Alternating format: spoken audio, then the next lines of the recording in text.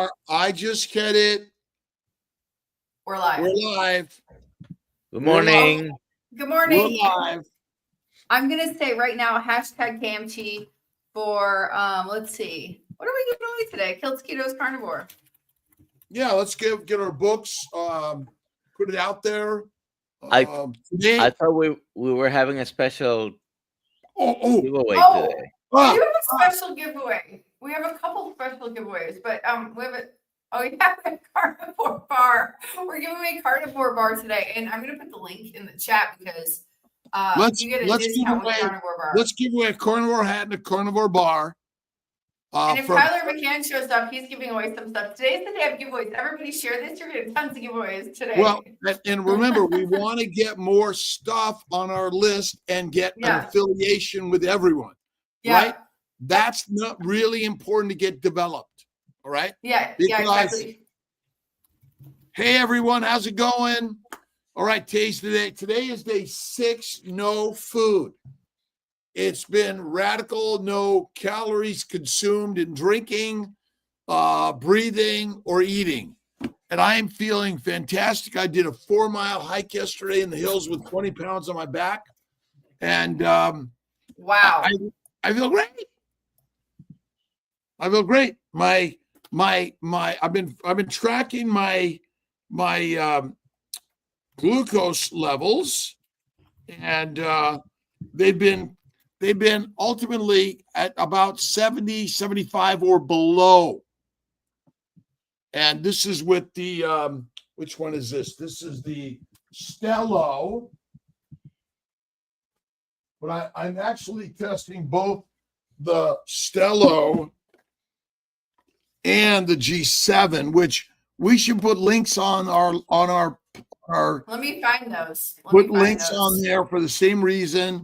And potentially the D7, but they need a prescription for this one, right, Dr. Nelson? Yes. For the D7, they need a prescription. But the Stello, they don't need a prescription? Can we help with that? Potentially, yes. Yeah. We're working on our new platform for Kilt's Health that you could get counseling, coaching, and potentially even some standard medical advice. Oh, my God. That would be amazing. All right, morning, Tyler's in the house. Yes. Good morning. Good morning. How's it going? I don't think our internet's running this good this early in the morning, but we're here. It needs some coffee, right? It's going to have coffee in a Kilt's cup here in just a minute. I love it. I love it. Yay! I love it. I love my Kilt's cups. Oh, a pleasure, my brother. How's your family? We're doing well. We've had a little. Angela's father has had an accident, and so thank you. Yeah, he was run over by some bulls a few weeks ago, and yeah. But other than that, we are fantastic. We are, we got all the cows turned out for the summer, and we're doing fantastic. Well, the work that you do isn't without risk. Yes.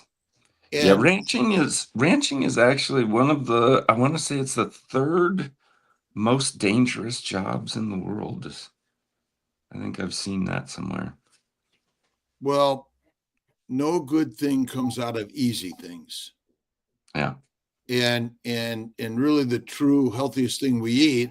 And I imagine if, thousands of years ago, we went hunting one of these beasts in the wild, they're not simply going to say, yeah, you can eat me. I mean, I watch all these lion hunts, and the lions are hunting, and the bulls and the animals, they don't make it easy either. And sometimes the bull wins. Yeah. Yeah. So, but yeah.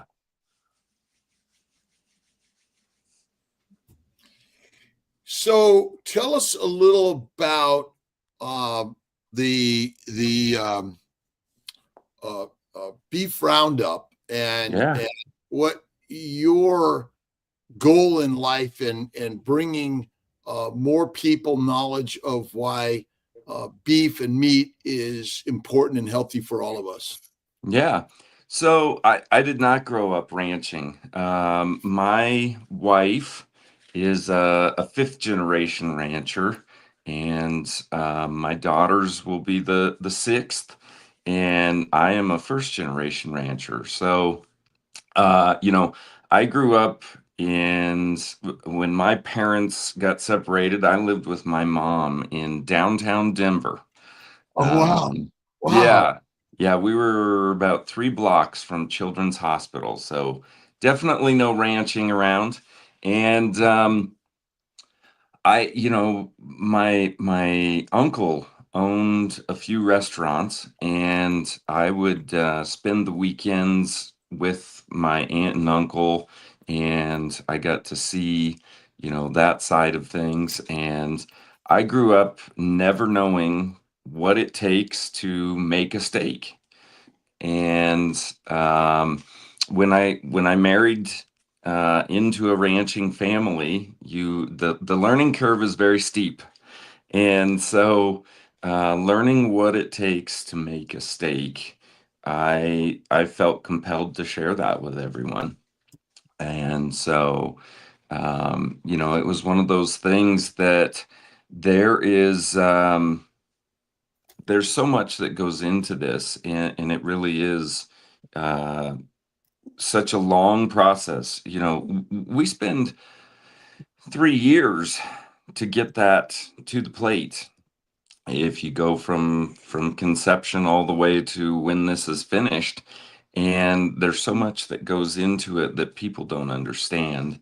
And I felt like that was I can't contribute a lot to ranching as far as genetics and all of there's so much technology out there. There's so many good things that ranchers do. And that's one of my biggest criticisms of the agriculture industry is that we are really good at educating amongst ourselves, but we don't do enough to reach out and educate to the public. We do a little bit in the schools. We do have a few programs, but a lot of what we see is here in our schools. And I don't know that we do a very good job of reaching out and getting that into all of the public schools. So I think there's really a big need to have people understand what it takes to get this finished product. And that was the best way I could tell to get to people is through flavor. So that's something that we all understand. That's a very universal thing, and it's something that it's easy to talk about. And so this was a setup that uh, we could talk to the most people about flavor. In what you're doing in bringing people together on these annual events, is what is sort of the mission in that, and what do you ultimately want to offer the public to learn from that? Yeah, so it's a chance, we get all of these. I think last year we had 36 or 38 beef producers from all across the country. One day I would ultimately love to have a beef producer from every state be able to be there and represent their state with their particular beef. There's definitely that terroir factor. You do get a different taste, and I'm sure you got to see that very much firsthand last year when you put all of these different flavors side by side. There is a huge difference in flavor and in texture, and we go through all of those things, but ultimately I would like it to be maybe the first point of contact for someone that's never met a rancher, to be able to shake their hand, see what this is all about. We took you out in the middle. If you've never been out in some of this vast country in the West, our one summer pasture is 56 square miles. It's over 60,000 acres, and there's nothing. There is absolutely nothing out here. So I want people to get just a little bit of a feel of what we do and how that affects our day-to-day lives. And I want them to understand how important it is to understand where that meat's coming from. I get that not everyone is going to be able to buy our product and have that as their everyday, um, meat, and that's okay. We went through that hierarchy of meat. Um, Beef is better than no beef. American beef is better than beef, and local beef is better than all of that. And so I want that to start getting cemented into people's thinking as they go through and make their purchases. Do you think the worst beef is better than the best plants? Absolutely. Yes. All day long. Well, and the mission that I'm on is to help people know that beef is best. And you can do lamb, goat, pork, ostrich, kangaroo, I guess, chicken, fish, turkey. But there's something about beef, and that seems to be the healthiest for humans. What are your thoughts on that? And do you think it's true? Oh, absolutely. So I always refer back to our ancestors. I was so fortunate to get to spend a few years with my wife's grandfather, and they drove cattle to the railroad. And similar with my father-in-law, he's one of the very rare few people that he was a little boy, and he still got to drive some of the cattle to the railroad. And um, I always refer back to them in that they really knew what they were doing. And as we see this rise in the popularity of grass-fed and regenerative again, um, there's a reason that we're not eating mountain lion or bear or buffalo. They're not. There was so much that went into this. Is why they domesticated beef, and for the ease of handling, the overall yield that you would get from an animal.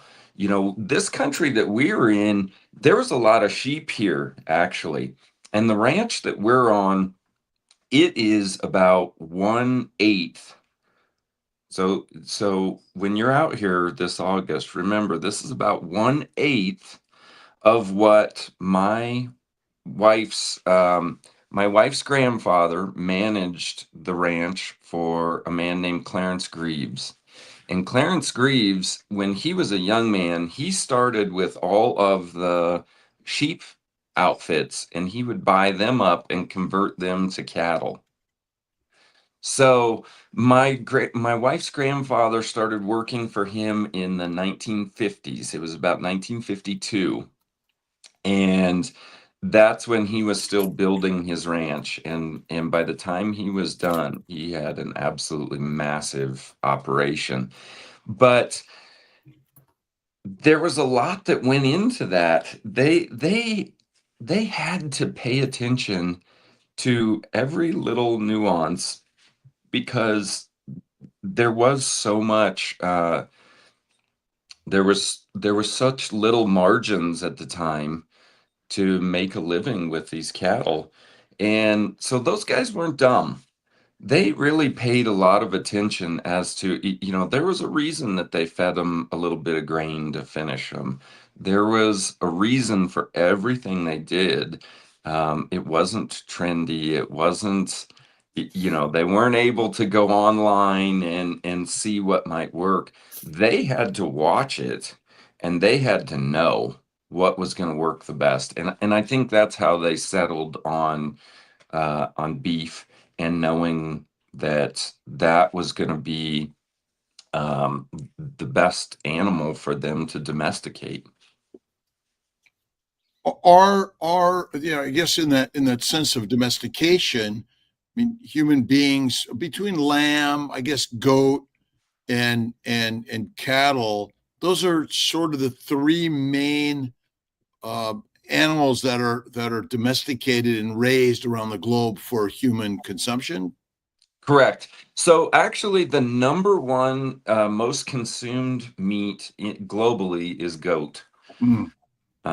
Yeah, and so they and a lot of the reason for that is that a goat can live on top of your table or in a parking lot all of its life and thrive. They really they can live on absolutely next to nothing.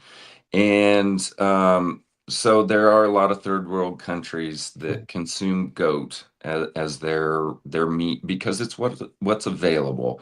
But if you look at developing countries, and that's where like China, a lot of South American countries, as they become more affluent, beef is always the number one thing. I actually just watched a documentary a couple weeks ago about how the demand for beef grew as they put in more railroads and highways across China.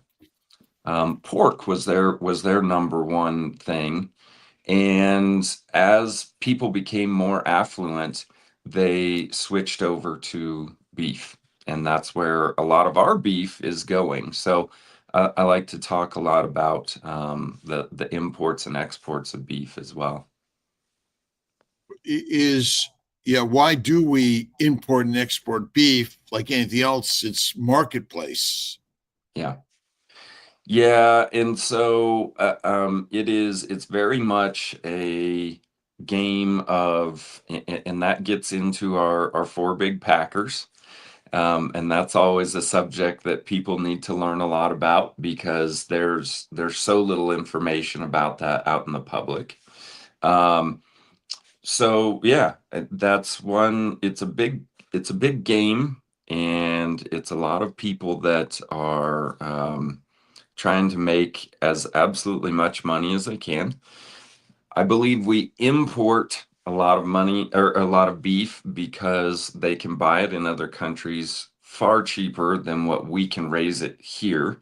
And I believe we export a lot of beef because we raise the best, highest quality beef in the world.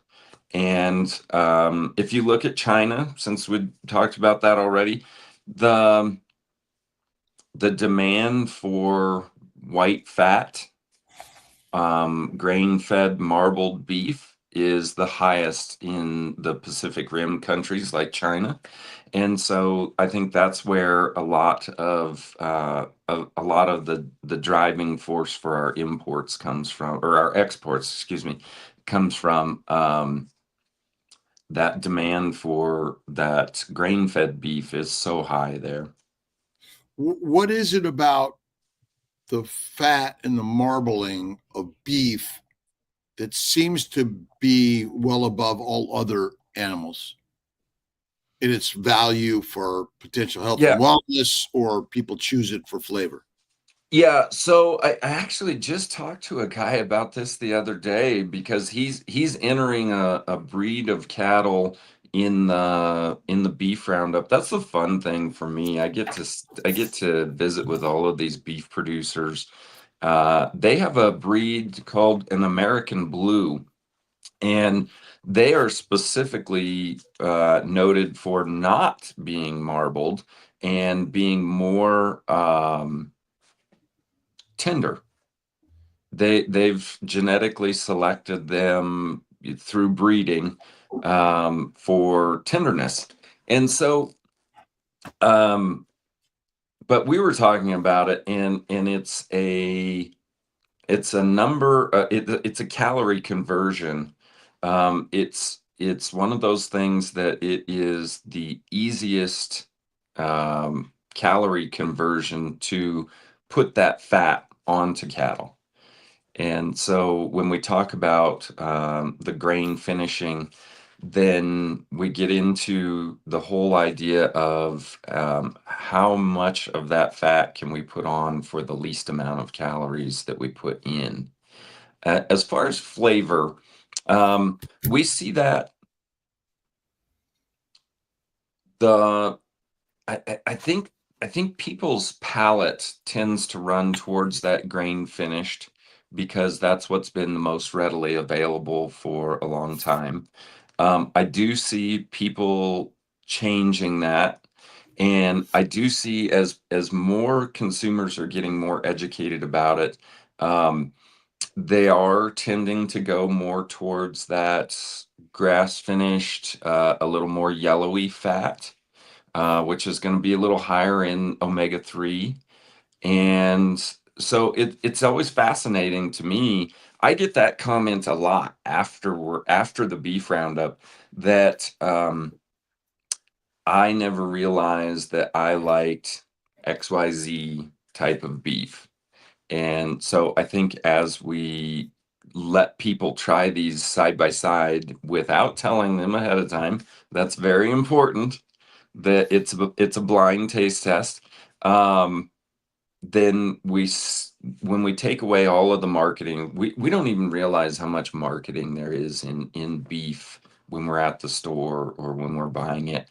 And so we break down a lot of stereotypes when we start doing these blind tastings. So it's interesting to see where people's taste is going for me. Do you, I mean, obviously it's market driven, what people want based on marketing. Do you think that the value of the beef in the sense of nutrition is truly different between grass finished, grain finished? Yeah, so that's a thing that's getting a lot more attention, and obviously as that is as that's happening, we're learning more about what exactly that nutrition density is. And so you at that point, and this is my whole take on it. At that point, when you are splitting such a fine hair, so that's that hierarchy of beef. Beef is better than no beef. You're already at the very high end of the pyramid, okay? So I really encourage people to eat what they like.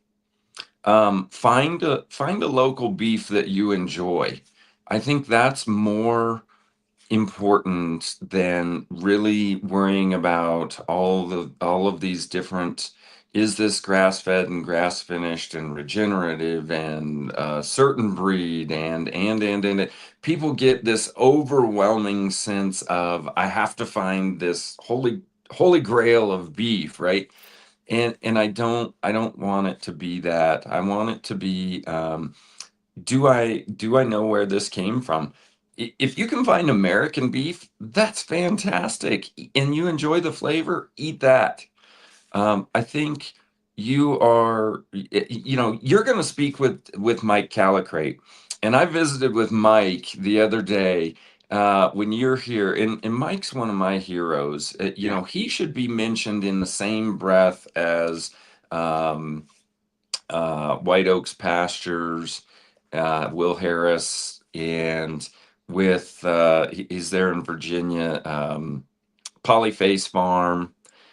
Mike is right on that same level as Joel Salatin, and he and I talk about it a lot in that now that we're seeing more of this nutrition density testing in this beef, we're starting to understand exactly how this beef is finished and how it affects the nutrition. And there is definitely the omega-3 and omega-6 balance is one of the number one things that we see a difference in grain finished and grass finished beef. But you're starting to see a lot more people like myself that are when we finish our beef, it's always out in a pasture, but we do add some grain to it. And so that makes it the most marketable beef for me here where we live. Yeah.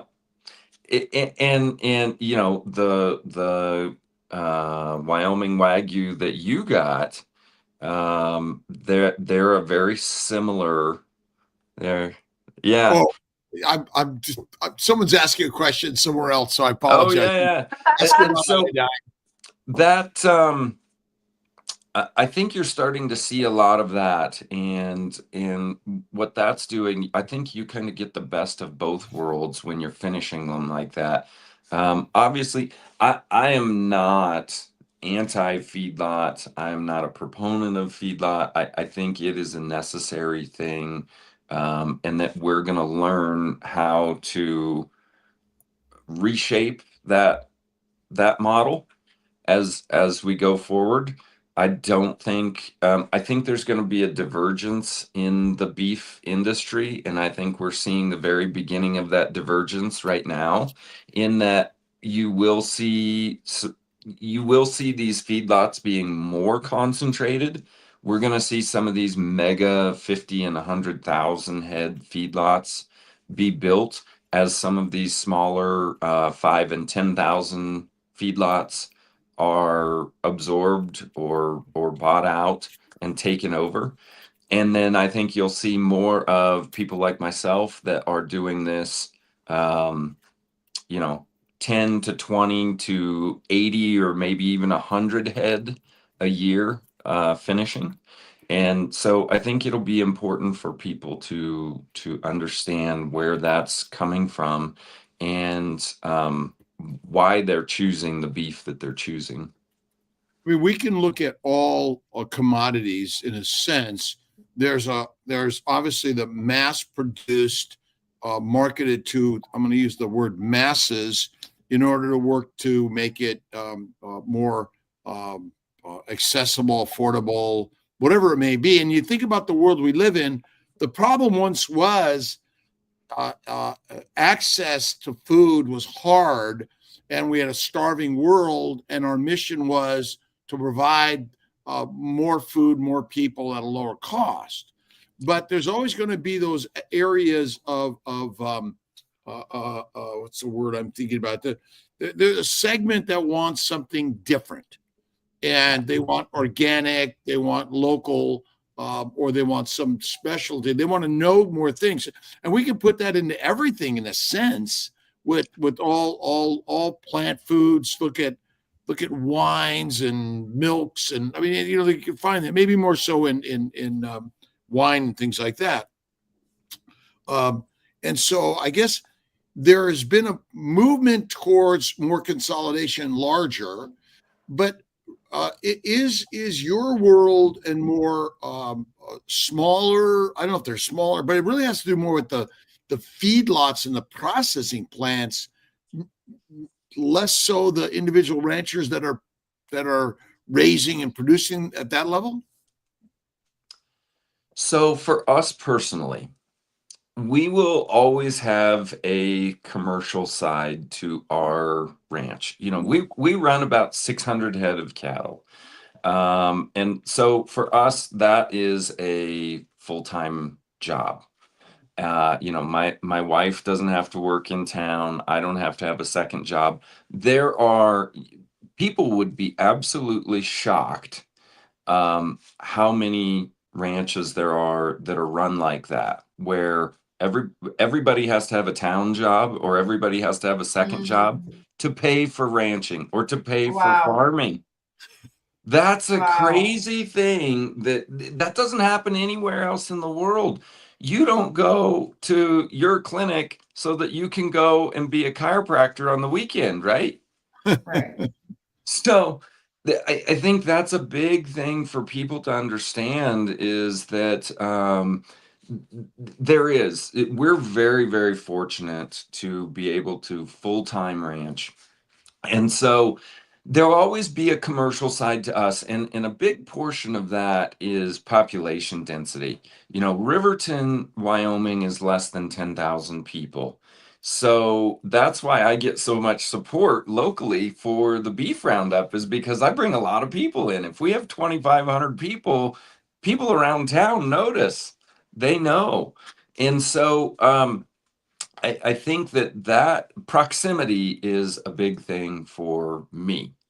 And that plays into my decisions because I can raise a very high quality product. I have all of the other things. I have thyme, I have grass, I have grains, any of the things that I want to finish beef the way we enjoy it. But by the time I get that product to a city center, it is going to be so outrageously expensive that it's difficult to justify. That and cold storage is very expensive. So, and that's where you look at like Joel Salatin and a Polyface farm. That's what the one thing they have going. It's much more difficult for them to run their cattle because they are close to those big city centers. But when they finish their cattle or their pigs or their chickens or all of the wonderful things that they do, I talk to Daniel fairly annually anyway. The struggles that I have are totally different than the struggles that they have because of our proximity to people. And so that is a big factor in what we can do and how we operate our business. And so for them to have access to 100,000 people is just literally opening the back door. For me to get access to 100,000 people, that's 1/5 of the state of Wyoming. So those are all the things that play into our decisions. And but you're absolutely right. I mean, at one point I had 5 different flavors of beef because of how they were bred. And there were some fantastic differences in that beef, but it just wasn't sustainable for me to do that because I wasn't able to market all 5 of them. So we settled on the one that we have the most access to, and we went with that. But I think you're absolutely right. I think that people are getting more aware of it. I talked to Dr. Nick. I was in Denver the other day, and I talked to Dr. Nick. You're going to get to meet him. I don't know if you're familiar with him, but he's fantastic. I had so much fun visiting with him. And I said something about, he asked me a question about the price of beef. And I said, well, a lot of what you're seeing in the store is because of this screw fly on the southern border. And he went totally blank. What do you mean? So, as far as consumers are concerned, there's so much that goes into what we're doing that they're not aware of. And those are all big factors that drive the finished product. In a sort of a measure of animal prices per pound or ounce or gram versus plant food, is there a difference?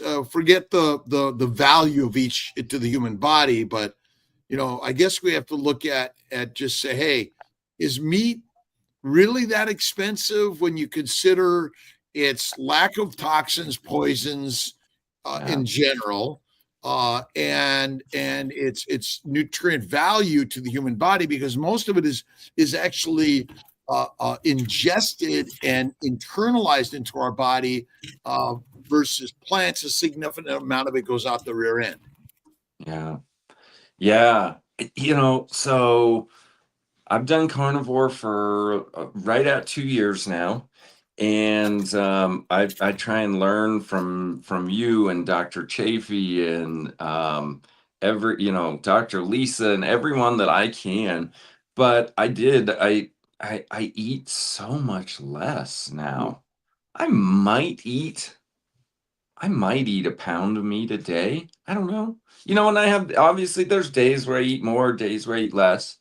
But yeah, it's when you look at, so eat a pound and a half of ground beef a day. I'm eating for less than $10 a day on a lot of days, and I'm not hungry.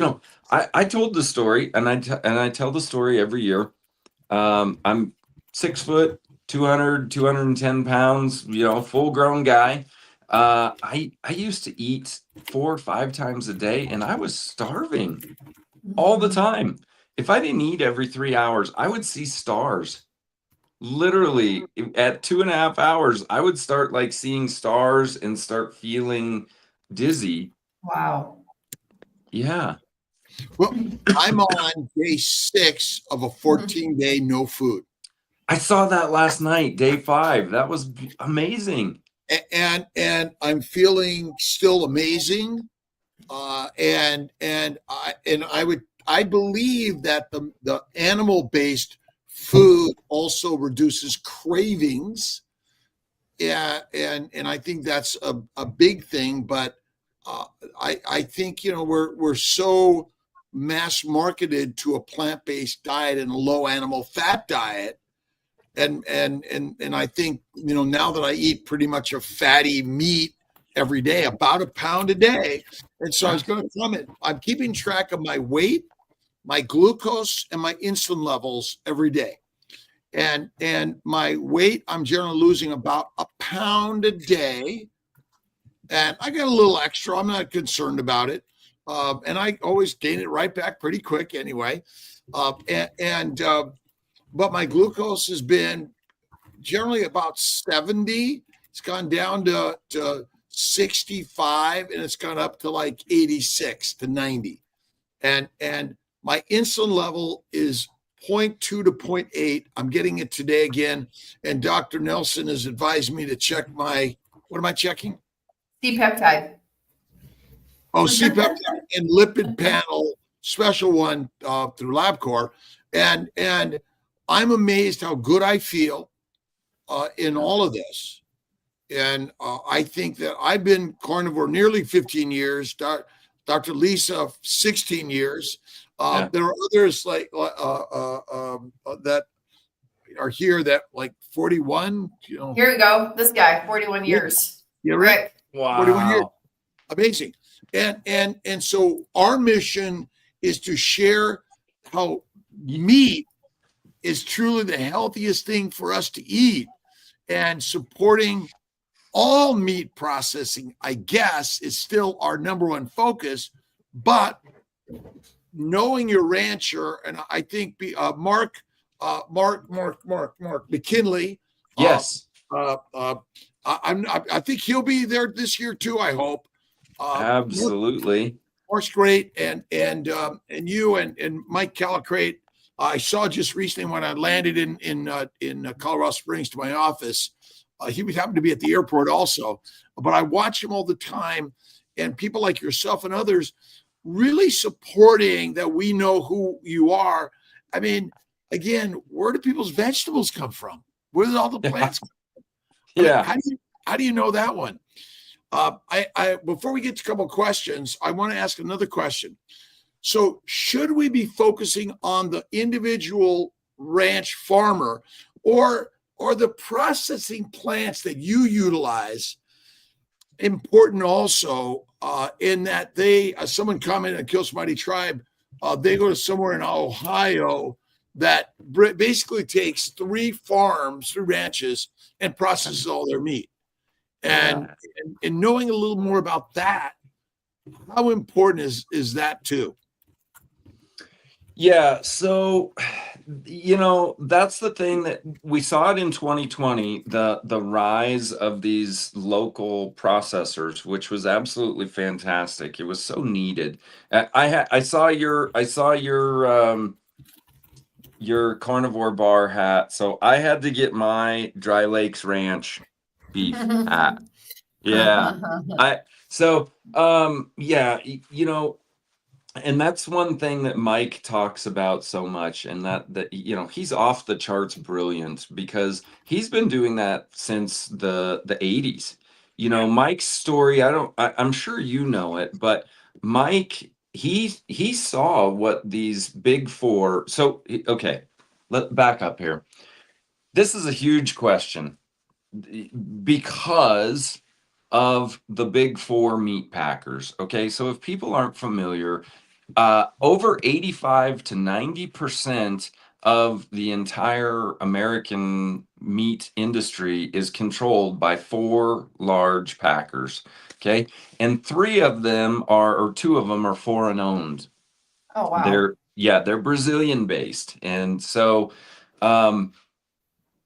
the consolidation of the packers was one of the hardest things on the beef industry.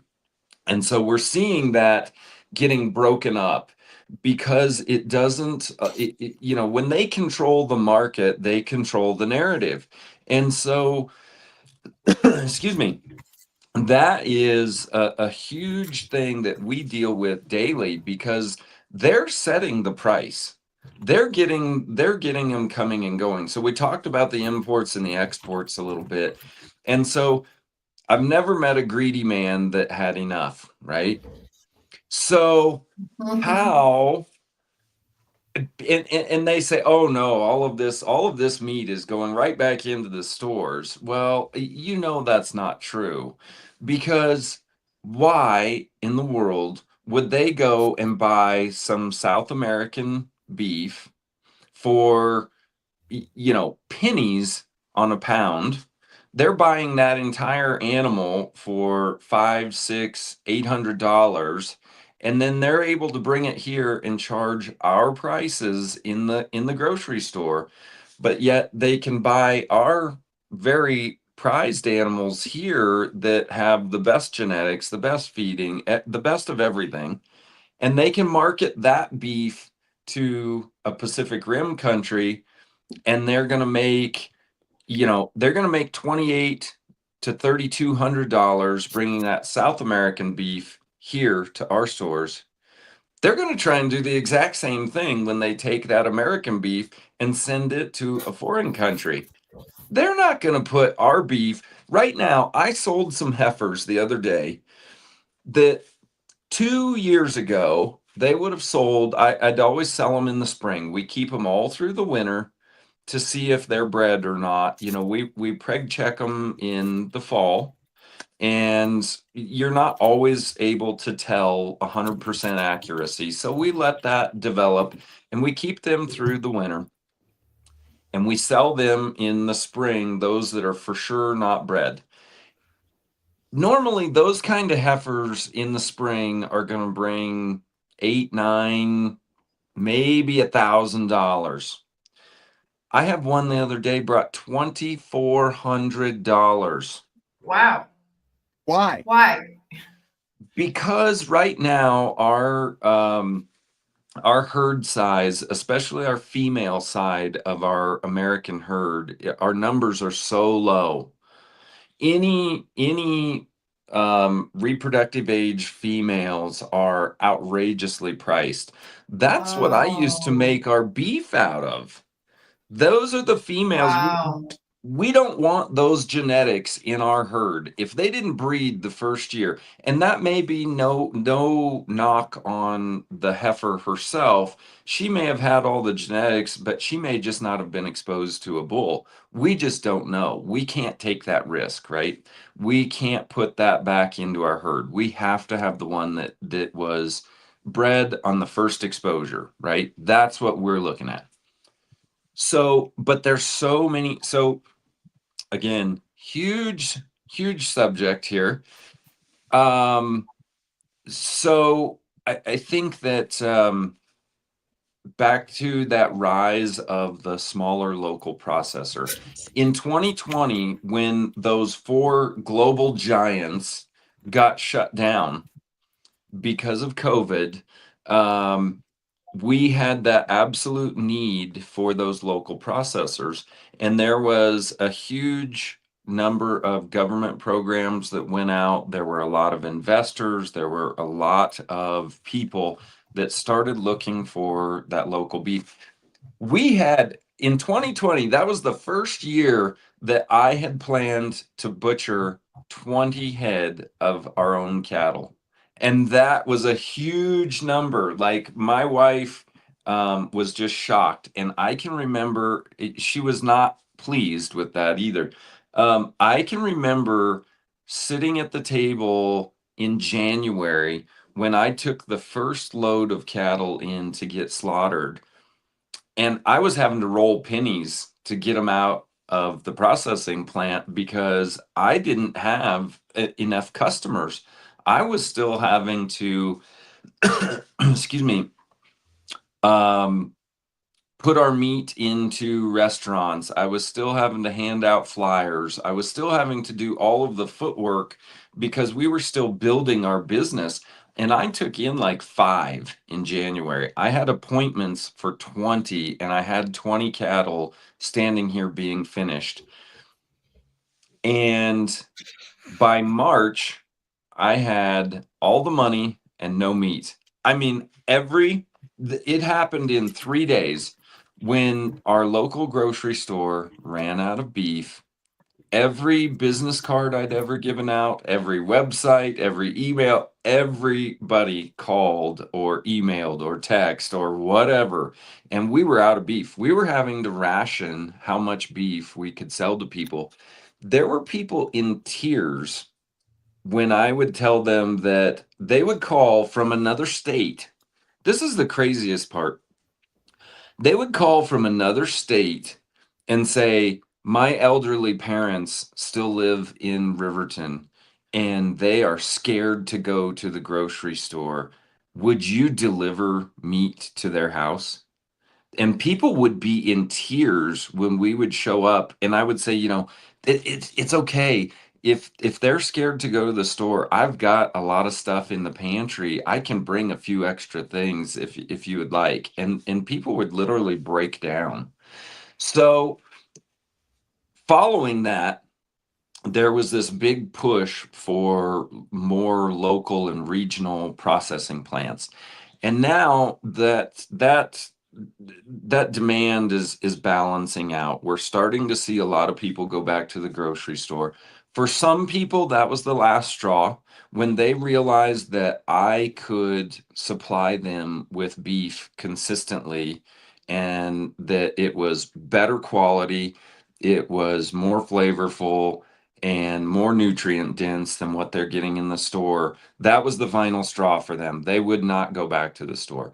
Some people, it's a convenience thing. This is what we do. I call it the Walmart effect. They're there for a loaf of bread and a can of corn, so they just grab whatever plastic wrapped meat thing is in the store. So those people went back, and that's okay. But then there are people like yourself that were more, I think it's the fascination of it all. And there was just a comment about that this is so fascinating, and I appreciate that.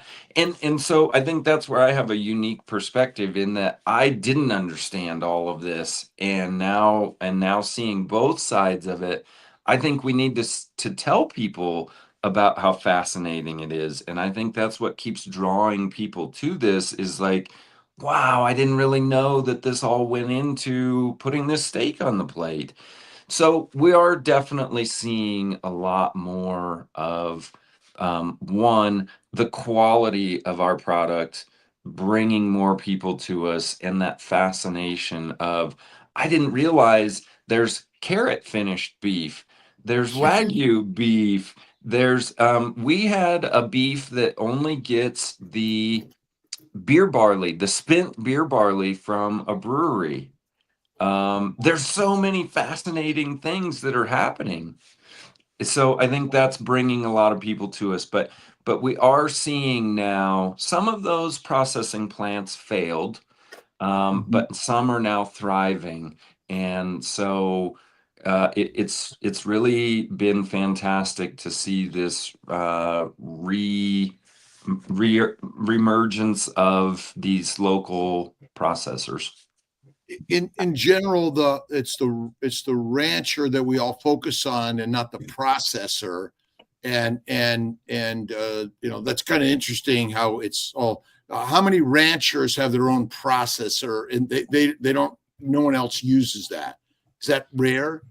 That is very rare. Yeah, that would be the most rare. So last year at the Beef Roundup, out of all of those producers, Beck Ranch they're about 4 hours southwest of me here in Riverton. They are actually building their own processing plant, and I don't know if the beef that they're going to bring for this year's Roundup will be processed through there, but all of their beef now, they'll be completely in-house. Bear Mountain Beef I took some beef, I took some beef over there the other day. They do their own beef. They're there in Cheyenne, Wyoming. So you are seeing it's not completely out of the norm anymore, because a lot of these places, they don't do enough volume to keep that staff on hand year round with just their own beef. So then they'll open their doors to someone like me that I'm not going to build a processing plant to do 60 or 80 head a year, which is we're about there now. The most we've ever done was 80 head. I think we'll probably do about 40 this year. So it works really well for them. If they're doing, you're going to need to do between like 80 and 160 to justify or to look into building that processing plant with your initial investment and your cost of running it. But then they're going to affect a lot of the ranches around them and make that service available to them. Like I said, for me, the biggest thing is proximity. That's you saw it here. We're 38 miles to a town of 10,000. Yeah, it's beautiful, beautiful country. What you think about it, what single plant can people only eat No. and be healthy? Versus what single animal can you eat and be healthy? Yeah. Right? Absolutely. I did a 45 hard. The last 45 days of being 45 years old, I did lion diet. I just did beef, salt, and water. And I felt outstanding. Absolutely loved it. Beef, salt and water. I throw some butter and occasionally blue cheese on it. I love butter and blue cheese on my black and blue steak, which is, and a lot of rare to raw fat is really the critical part that people aren't eating. I think lean meat is not good for human beings. It must be fatty. Where do the organs fit in your lifestyle and your recommendations and how you sort of provide those for other people? Yeah, so that's been a great thing that we've seen from all of this. And it's really even just been more so in the last 2 years. Even in 2020, I had customers that were wanting the organs for their dogs. That was about the only place we were going with those locally.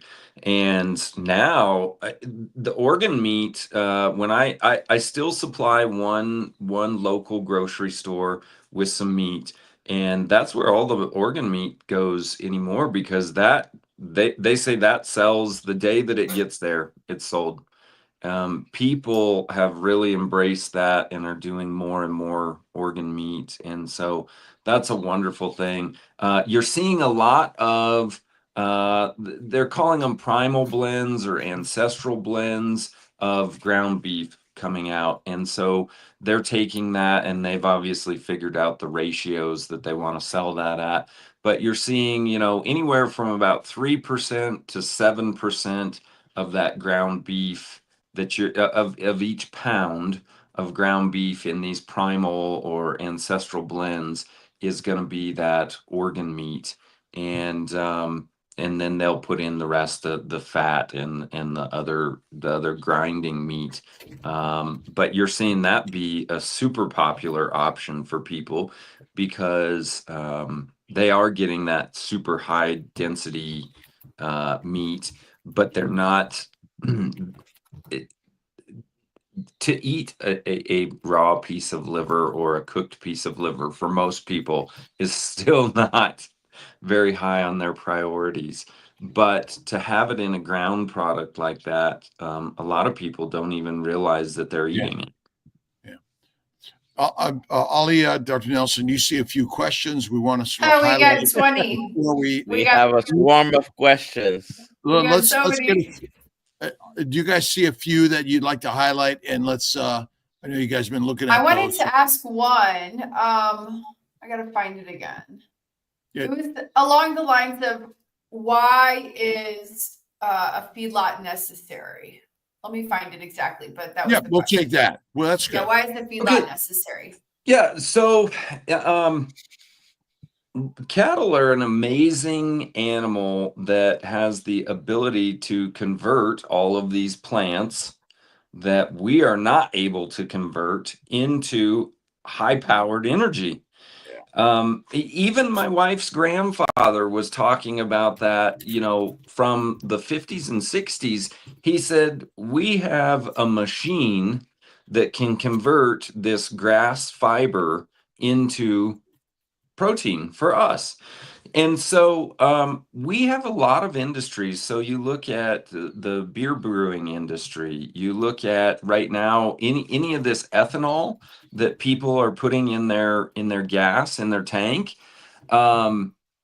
The byproduct of that is called distiller's grains, and it is ultimately like super corn. It has all of the protein is left, but all of the fiber is gone. So we're able to add that as a feed additive to other fibers. You look at rice. Rice hulls is a big one in the South. Cottonseed. Any of these other industries that we use all have a byproduct that cattle can convert to high quality feed.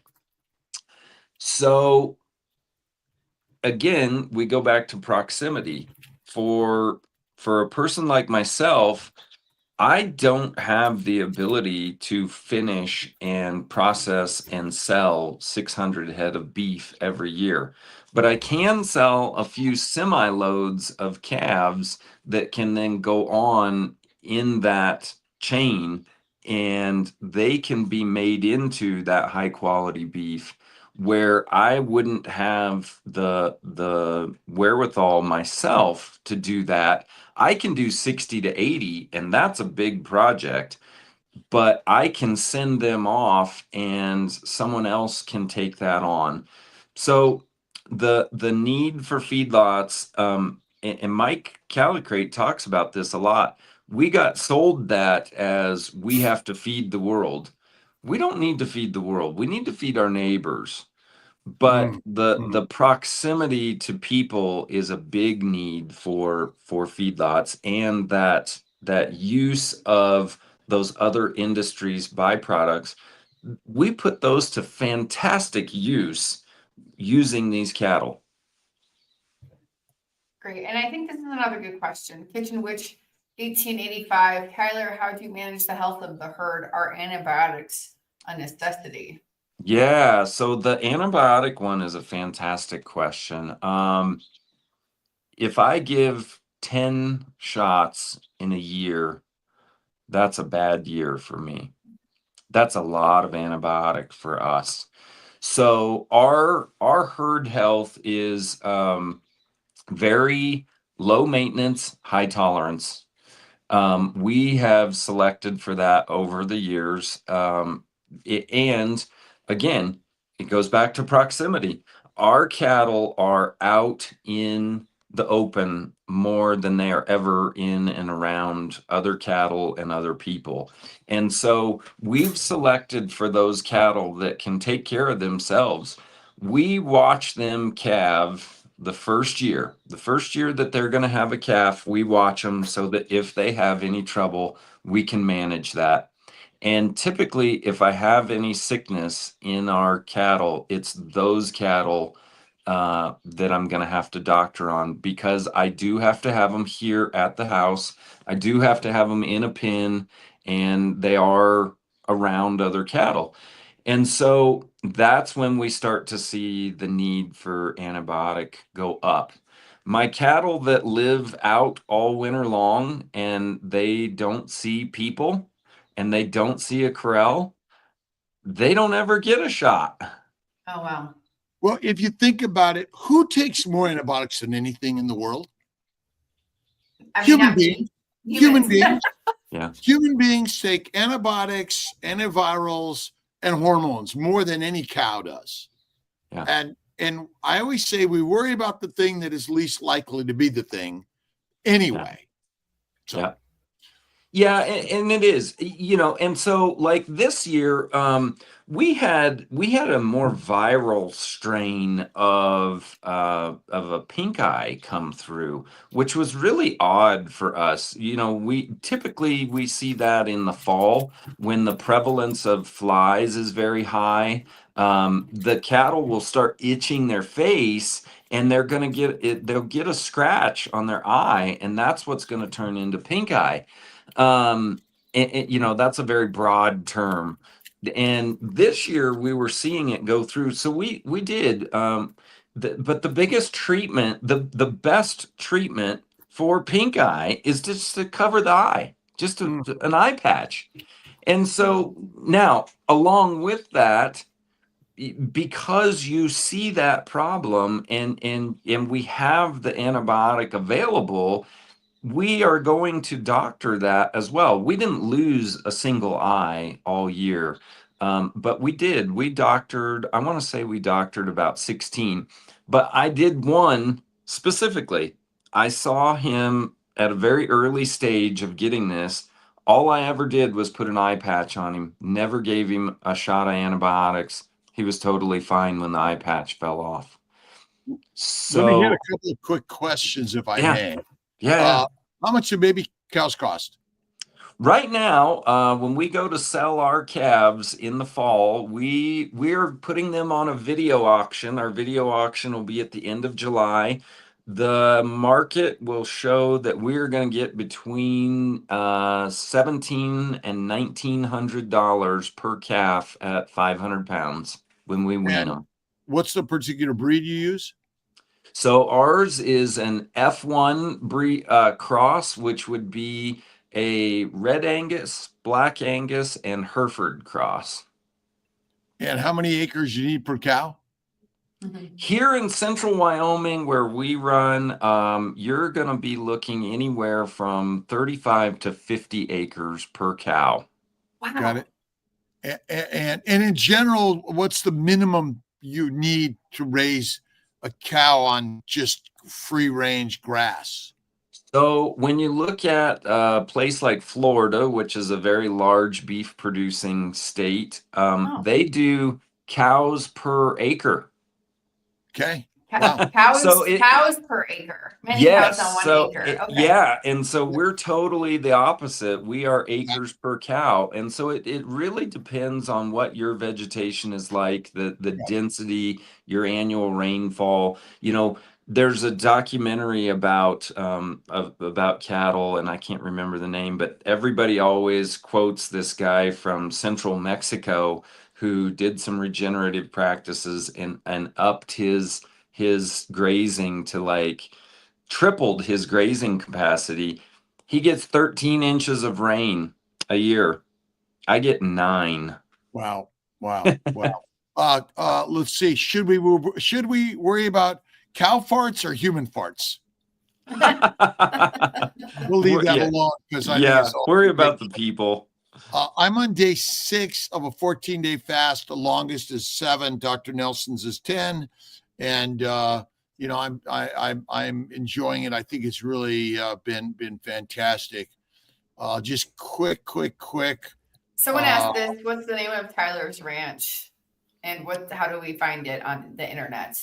Yeah, so our beef business is Wyoming Cowboy Cuts. Wyoming Cowboy Cuts. Yeah. And the name of your ranch? Lazy YK Cattle Company. Okay. All right. This has been a fantastic hour. Excuse me. Sorry. Thank you so much for this. We look forward to seeing you. And thank you in Riverton. And is everyone and anyone that wants to travel to see this invited? Oh, yes, absolutely. And you're giving away a bunch of stuff, right? Yes, we got to do the giveaway. I emailed you about that the other day. So yes, you know, Beef Roundup is August 23rd and 24th this year. The 24th is free. Go Ruck sponsored. We are going to do a ruck. So I love seeing your video last night with the weight. Yeah, I got my plate carriers. You know, Jake Thomas, he's an animal. He's going to be there. So we're going to put like 80 or 100 pounds on him. Dr. Nick, he's massive. He's going to get like 80 or 100 pounds. And we're going to have a blast doing that. We're going to roast a whole beef on a spit. I did one last year in Montana, and it's so much fun. So general admission is $100 this year. But what we're going to do is because it's Kilts and because you're amazing and you are sponsoring us and everything else, I was going to give away one Ultimate Carnivore Pass. That's the 3-day pass where you get to hang out with us. It's $1,000. Woo! Wow, George Goodenough is going to Wyoming. There you go. So, all right. Yeah, so for George, if he wants to bring more than one person and can't use that Ultimate Carnivore Pass, let's do 5 general admission tickets or 1 Ultimate Carnivore Pass. Cool. Oh, okay. Cool. So George gets both? He can pick. He can pick. Oh, you pick. Okay, George. Alia at drkilts.com. We'll figure that out in the background. I got to go. Tyler, Alia, Dr. Nelson, thank you. Fasting is lasting and meat is masterful where plants miserable. Well, we do love the plants. Thanks, guys. Okay, goodbye. All right. Have a good day. Bye.